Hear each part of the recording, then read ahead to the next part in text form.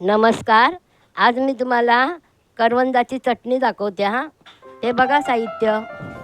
आता साहित्य बघा. करवंद घेतलेत, ओला खोबरा घेतला आहे, मिरच्या घेतल्यात, 4 लवंग्या मिरच्या घेतल्यात कारण तिखट व्हायला पाहिजे थोडं. लसूण घेतलं आहे, कोथिंबीर आणि मीठ घेतलं आहे आणि थोडासा आल्याचा तुकडा घेतलेला आहे त्यात. आता करवंद आहे ना मी कापून पाण्यात ठेवलेत कारण त्याला चीक असतं ना, म्हणून करवंद कापून ठेवायची पाण्यात आणि मग चटणी बनवायला घ्यायची. आता मिक्सरला लावणार हा. ते बघा तुम्ही. ओलं खोबरं घेतलं, मिरच्या घेते, 4 मिरच्या घेतल्यात,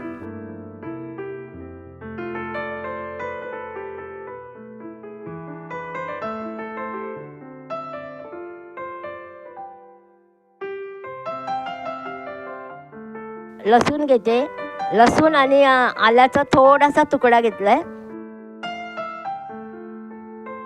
कोथिंबीर घेतले, कोथिंबीर जास्त घ्या म्हणजे हिरवी होते चटणी, आणि मीठ घेतले चवीनुसार.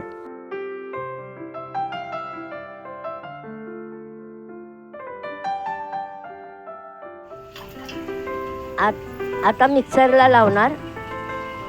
ते बघा पाणी टाकलं थोडंसं,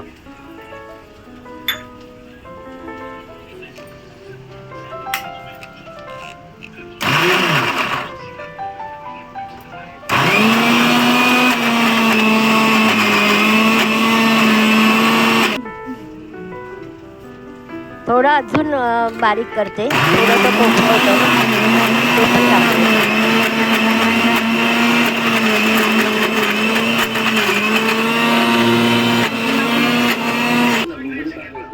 बघा आपली चटणी छान झाली.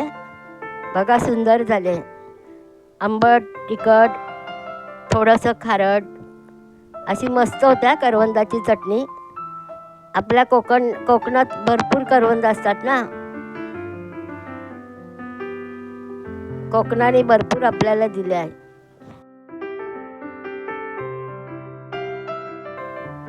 तुम्ही ट्राय करा, छान होते चटणी.